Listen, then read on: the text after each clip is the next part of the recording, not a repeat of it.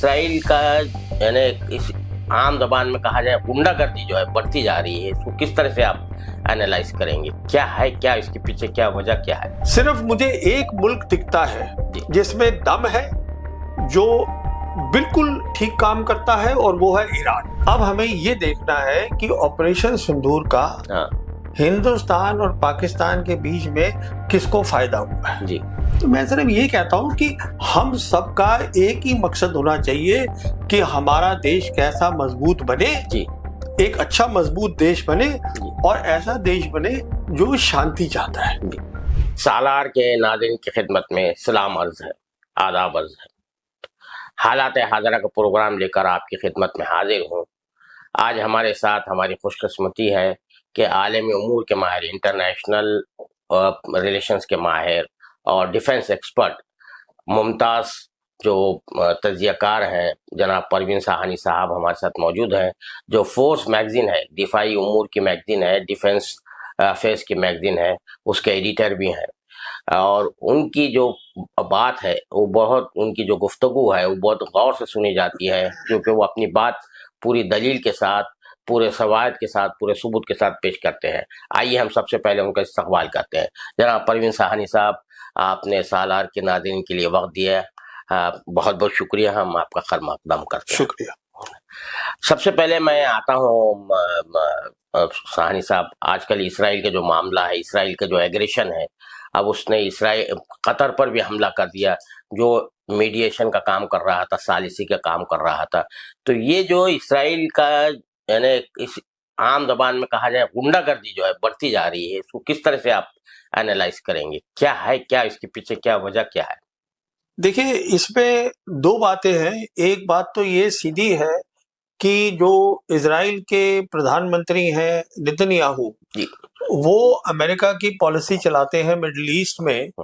President जो होते हैं अमेरिका के वो नहीं चलाते जी। पहली बात तो ये है, वो तय कर लेते हैं, क्योंकि तो हो ही नहीं सकता कि वो ऐसा कोई हमला करे कतर में जी, और अमेरिकन प्रेसिडेंट को पता नहीं है जी। अगर अमेरिका प्रेसिडेंट को पता नहीं है, शायद ये भी हो सकता है जी, क्योंकि ये जो इनकी एजेंसीज होती हैं जी, जैसे इजराइल की मोसाद है, फिर CIA है, ये सब मिलके आपस में काम कर लेती है, पर जो है दबदबा चलता है नेतन्याहू का। एक तो ये बात है। अब दूसरी बात अफसोस की ये है कि जैसे कतर पे हमला हुआ, अब देखिए कतर में जो अमेरिका का सेंट्रल कमांड है मिडिल ईस्ट के लिए, उस रीजन के लिए, उसका एडवांस हेडक्वार्टर है 2009 से। तो कतर एक बहुत इंपॉर्टेंट जगह है, और जो गाजा में हो रहा है इस समय, जेनोसाइड हो रहा है, कत्लेआम हो रहा है, ये कोई भी गल्फ स्टेट उसमें कुछ बोलेंगे नहीं, क्योंकि ये सारी जो गल्फ स्टेट्स हैं अभी जो थोड़ा बहुत मुंह खोल रही है, उसकी कोई अहमियत नहीं है, क्योंकि ये सब जो इसीलिए है क्योंकि अमेरिका के कारण ये जिंदा है जी। समझे ना? हाँ, ये सबसे बड़ी दुखद बात है। मैं अगर बोलता हूं, जब मैं ध्यान से इस रीजन को देखता हूं, सिर्फ मुझे एक मुल्क दिखता है जिसमें दम है, जो बिल्कुल ठीक काम करता है, और वो है ईरान। एक ऐसा मुल्क जिसमें फक्र होता है। बाकी ये गल्फ स्टेट्स, ठीक है, पैसा है आपके पास, आप ये भी तो देखिए ना कि गाजा में क्या कर रहा है इजराइल, क्या कर रहा है, आप क्या कर रहे हैं। आपको ये पड़ा हुआ है कि हमारा जो तख्ता है वो ना हिल जाए। तो ये थोड़ा बहुत ही गलत हो रहा है जो हो रहा है। तो इसके रिपरकशंस क्या हो गए? अब ऐसा लग रहा है कि कहा जा रहा है कि इजराइल की जो हालत जो है यानी इंटरनेशनल सतह पर और ज्यादा जो है यानी खराब हो गई है, उसको झुकना पड़ सकता है। क्या रिपरकशंस क्या हो सकते हैं? इजराइल तो खैर ऐसा कुछ नहीं करेगा। इसका सीधा रिपरकशन ये है कि अमेरिका जो है, देखिए इस समय दुनिया में एक बहुत बड़ा जियोपॉलिटिकल चेंज हो रहा है, दुनिया बदल रही है। इस दुनिया में जो ग्लोबल साउथ है जिसे हम बोलते हैं, जो 80% दुनिया की पॉपुलेशन है, जो अब उभर रही है, वो ध्यान से देख रही है कि अमेरिका का प्रेसिडेंट, उसकी क्रेडिबिलिटी क्या है, वो गिर रही है। जब इस तरीके से प्रेसिडेंट अमेरिका का खुली छूट देता है, अपनी सारी लड़ाई की जो काबिलियत है वो देता है, इजराइल को लड़ने के लिए। तो यही पता चलता है सब लोगों को जो ग्लोबल साउथ में है कि हम कैसे ट्रस्ट कर सकते हैं, इनकी क्रेडिबिलिटी कम हो रही है। तो इसमें सबसे बड़ा नुकसान इजराइल का नहीं हो रहा है, वो अमेरिका का हो रहा है। अच्छा, इसराइल के finance minister is visiting in India, India में है, उनका एक बयान आया है जिस तरह से वो मैंने कहा है उन्होंने जिन चीजों की, तो क्या उसको किस तरह से आप किस माना में लेंगे उस बयान को जो है उनके? देखिए, जहां तक सरकार का ताल्लुक है, हिंदुस्तान की सरकार का, अब उस पर मैं क्या टिप्पणी कर सकता हूँ? जी जी, सिर्फ मैं ये कहना चाहूंगा हाँ, कि ये जो उम्मीद रख रहे थे जी, मोदी सरकार में, हमारे विदेश मंत्री जो हैं जयशंकर, वो अभी एक दिन पहले भी बोल रहे थे कि वो जो हमारा कॉरिडोर है, India middle east Europe corridor जो है वो बनेगा। अरे भाई, वो कभी नहीं बनेगा, वो आप छोड़ दीजिए, क्योंकि इजराइल इस समय ऐसे उस पर है कि वो जो है ये कत्लेआम बंद नहीं करेगा। वो बारी बारी से सब मुल्कों पे हमला कर रहा है और अमेरिका उसको पूरी मदद दे रहा है। तो ऐसे माहौल में ये कहना कि हम कॉरिडोर कामयाब हो जाएगा, तो वो पेपर पे ही रहेगा, उसके अलावा कहीं नहीं जाएगा। अच्छा, एससीओ की जो समिट हुई सिंघाई कोऑपरेशन ऑर्गेनाइजेशन की, उस हवाले से आपका कोई वीडियो आया था, उसमें आपका ये कहना है कि इंडिया ने जो है वहां अपनी अपॉर्चुनिटी जो तो मिस किया। तो what does you mean by that? क्या कहना चाहते हैं आप, इस क्या अपॉर्चुनिटी थी इंडिया के लिए वहां पर? देखिए, मैं ये कहना चाहता हूं कि इंडिया जो है जी, एक ग्लोबल साउथ का बहुत ही अहम मुल्क है जी, और जैसे कि दुनिया बदल रही है, तो इस दुनिया में आज 3 बड़ी ताकतें हैं, एक नहीं है। अमेरिका अकेला नहीं है, रूस भी है और चीन भी है।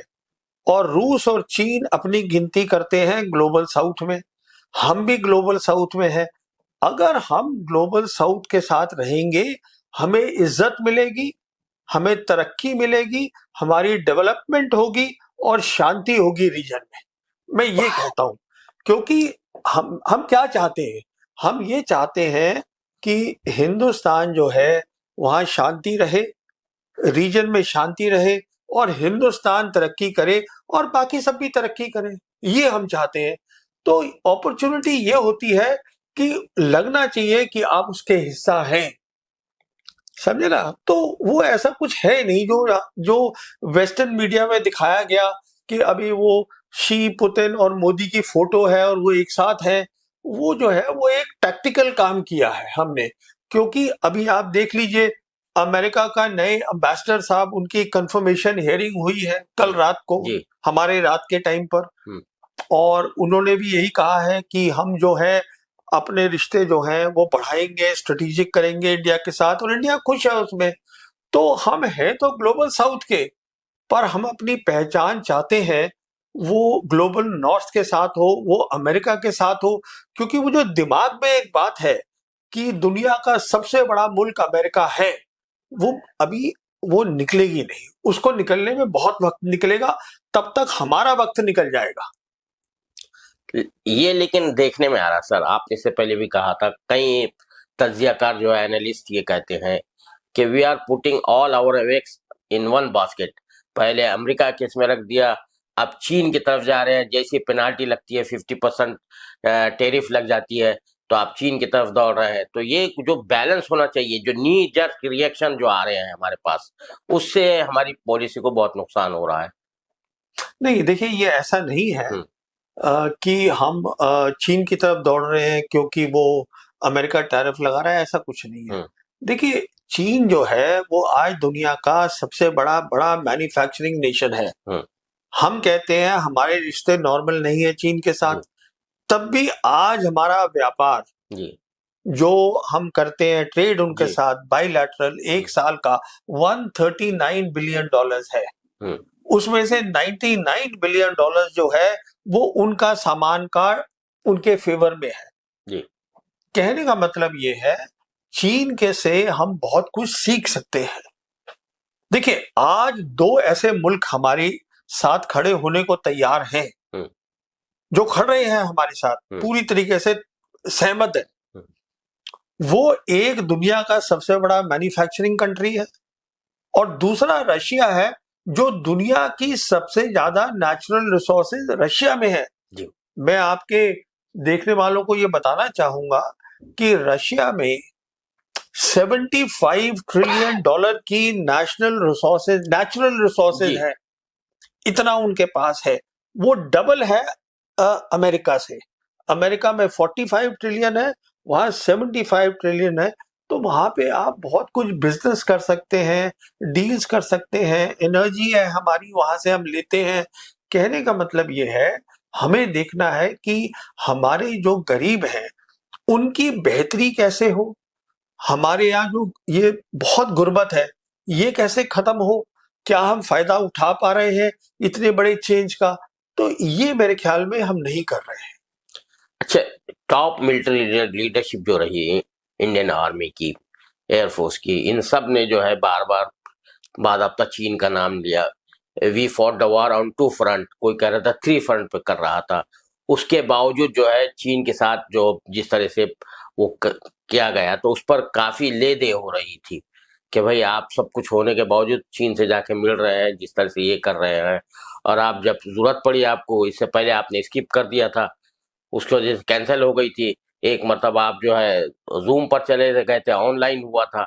तो ये सब चीजें जो हो रही है, इसको पूरी अहले मुल्क देख रहा है, हमारा पूरा मुल्क देख रहा है, पूरी दुनिया भी देख रही है। तो इसको किस तरह से आप ये कहेंगे? आप ये देखिए, जैसे मैं बता रहा था कि अगले साल ब्रिक्स की प्रेसिडेंसी जो है वो हिंदुस्तान के पास है जी। अगर हिंदुस्तान को एक कामयाब ब्रिक्स चाहिए, उसके लिए ये बहुत जरूरी है कि चीन हमारी पूरी मदद करे और सपोर्ट करे। तो मेरी असेसमेंट में जो मोदी गए हैं चीन एससीओ में, वो इसलिए गए क्योंकि और कोई चारा था नहीं। वो अगर वहां नहीं जाते, और वहां पर ये मसला उठा है कि हम चाहते हैं, हमारे प्राइम मिनिस्टर ने कहा है कि हम चाहते हैं आपकी एससीओ प्रेसिडेंसी कामयाब हो और आप हमें सपोर्ट करें ब्रिक्स की प्रेसिडेंसी में। तो मेरे ख्याल में हम एक बहुत छोटे उससे देख रहे हैं चीन को। देखिए, मैं ये एक बात बार बार बोलता हूं, कोई भी मुल्क हमारा दुश्मन नहीं है, कोई मुल्क हमारा दोस्त नहीं है। हमें ये देखना है कि हमारे लोगों की बेहतरी कहां पर है, हमें शांति से हम कैसे रह सकते हैं, शांति से हम तरक्की कैसे कर सकते हैं। उसके लिए अगर आपको नॉर्मल रिलेशंस करने हैं चीन के साथ, आपको भाईचारा करना है पाकिस्तान के साथ, तो आप करिएगा। आप अमेरिका के साथ भी रिश्ते रखिएगा। आप रशिया, हमारे पुराने बहुत, हमारा सदियों का वो है, उनके साथ रिश्ता, एक ट्रस्ट है, उसको कामयाब रखिएगा। तो ये मैं ये कहता हूं कि ये कहना कि हम अमेरिका सबसे बड़ा मुल्क है दुनिया का, वो अब बात सही नहीं है। दुनिया बदल चुकी है, ये समझना है।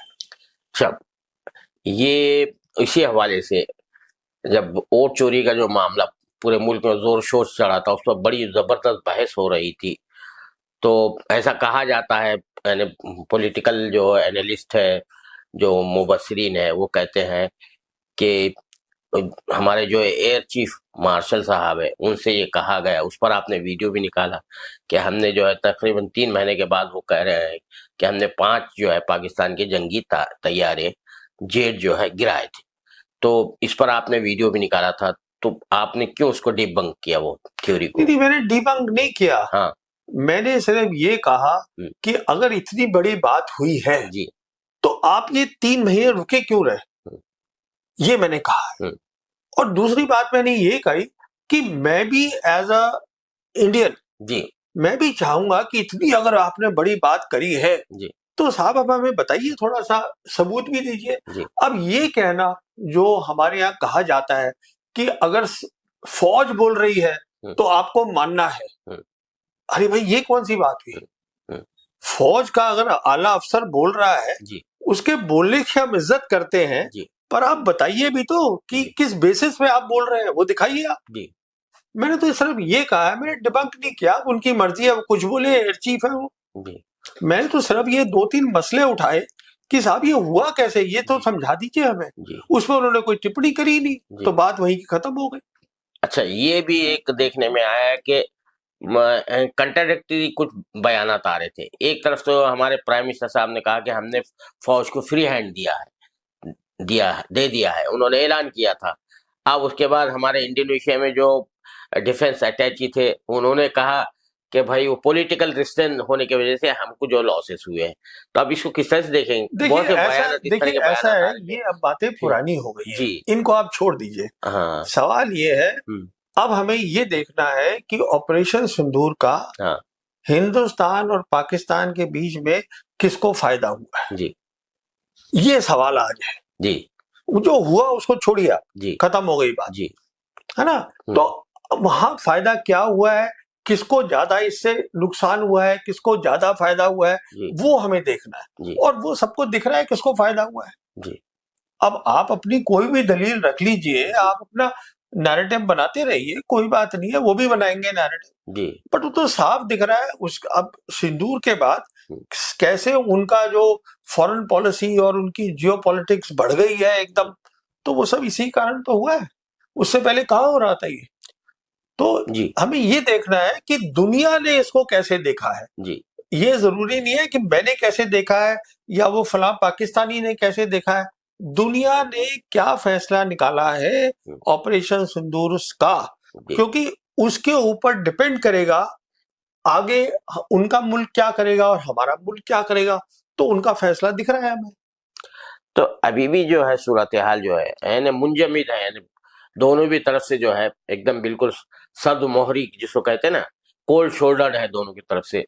जबकि हम चाइना तो चले गए हैं, तो क्या पाकिस्तान से कम बैक चैनल शुरू करना चाहिए? क्योंकि मसला देखिए हाँ। ये एक फैसला सरकार को लेना है। जी। ये आप और मैं फैसला नहीं ले सकते। जी। अगर आपको मेरी राय चाहिए तो मैं राय दे सकता हूँ। जी। मेरी राय ये है कि अगर इस पूरे जो रीजन है हमारा साउथ एशिया, अगर वहां तरक्की होनी है तो वहां शांति चाहिए। और अगर वहां शांति चाहिए उसके लिए आपको पाकिस्तान से बात करनी चाहिए। ये मेरी राय है। अब सरकार तय करेगी कि बेहतर क्या है, तो वो कर रहे हैं। अच्छा, आखिरी मेरा सवाल ये है कि जो मिलिट्री प्रिपेयर्डनेस के हवाले से आप बार बार कह रहे हैं कि इंडिया को ये करना चाहिए, इंडिया को ये करना चाहिए, जरा उस पर थोड़ी सी तफसील डाल दीजिए आप। देखिए, मैं तो सिर्फ ये कहता हूं कि जब हम बात करते हैं तैयारी की, हमें बिल्कुल क्लियर होना चाहिए कि हमारी दो है मिलिट्री लाइन, एक चीन के साथ है, एक पाकिस्तान के साथ है। और हम ये भी जानते हैं कि वो दोनों जुड़े पड़े हैं, वो भी दिख रहा है हमको। हम ये भी जानते हैं कि कश्मीर नॉर्मल नहीं है। ये सब चीजें दिख रही है ना हमें, इसमें तो कोई शक नहीं है। तो आपको सबसे पहले ये करना चाहिए हर एक की कितनी ताकत है और क्या कमजोरी है, आप पहले उसको समझ लीजिए। एक बार आपकी वो बात समझ में आ गई, तब आप तय करिए कि आपकी रणनीति क्या होगी। अब ये कहना कि मेरी रणनीति पाकिस्तान की भी वही होगी, चीन की भी वही होगी, टू फ्रंट में उन्हीं लोगों से लड़ लूंगा, तो गलत है। क्योंकि जो पाकिस्तान की ताकत है, मिलिट्री ताकत है, और जो चीन की है, उसमें जमीन आसमान का फर्क है। तो वो जो आपकी रणनीति यहाँ है, जो लोग यहाँ लड़ेंगे वहां जाके थोड़ा ना लड़ लेंगे। मैं तो सिर्फ ये कहता हूं कि आप थोड़ा सा इसको ध्यान से इसको पहले समझ लीजिए। रिफॉर्म आपका बाद में देखिए, हमने कहा था कि हम थिएटर कमांड बना देंगे। 2020 जनवरी में शुरू हुई थी कहानी। हमने कहा था 2022 दिसंबर तक ये काम खत्म हो जाएगा। अभी हम कहीं भी नहीं है वहां पर। वो इसलिए नहीं है ना क्योंकि आप पहले समझने की कोशिश नहीं कर रहे हैं कि आपके जो एडवर्सरीज हैं उनकी ताकत क्या है। तो पहले आप आराम से 1 साल बैठ के, और ये नहीं है कि आपस के लोगों से बातें करूं। अब जो आपस के आप लोगों से बातें करेंगे या रिटायर्ड लोगों से बातें करेंगे, वो तो वही बताएंगे ना जो आपने सुनना है। अरे बाबा, बाहर के लोगों से भी बातें कर लो। सही बात, समझे ना, उनसे भी बात कर लो और समझ लो कि मसला क्या है पहले तो। अब आप बाहर के लोगों को कहते हो कि ये फौज के खिलाफ है, तो ठीक है, फिर खिलाफ है तो खिलाफ है, उसमें अब क्या कर सकता है बाहर का आदमी? कुछ भी नहीं कर सकता। तो मैं सिर्फ ये कहता हूं कि हम सबका एक ही मकसद होना चाहिए कि हमारा देश कैसा मजबूत बने एक अच्छा मजबूत देश बने और ऐसा देश बने जो शांति चाहता है, सब खुशहाली आए, खुशहाली आए। अबे डेवलपमेंट चाहिए और हम एक मजबूत भी होना चाहिए, क्योंकि हमारी इकोनॉमिक ताकत बढ़ेगी, हमारी फौज की ताकत भी बढ़नी चाहिए, साथ साथ सब कुछ होना चाहिए एक साथ। तो तभी होगा ना। अगर आप हर जगह शांति बनाएंगे, अगर हर जगह लड़ाई हो रही है जी तो फिर वो कैसे हो जाएगा? आप बता दीजिए। बहुत शुक्रिया साला से बात करने के लिए परवीन साहनी साहब। ये थे परवीन साहनी साहब जो हमसे मुखातिब थे और बहुत अच्छी बातें उन्होंने बताई। इस पर गौर करने की जरूरत है खास तौर से। बहुत शुक्रिया। Thank you.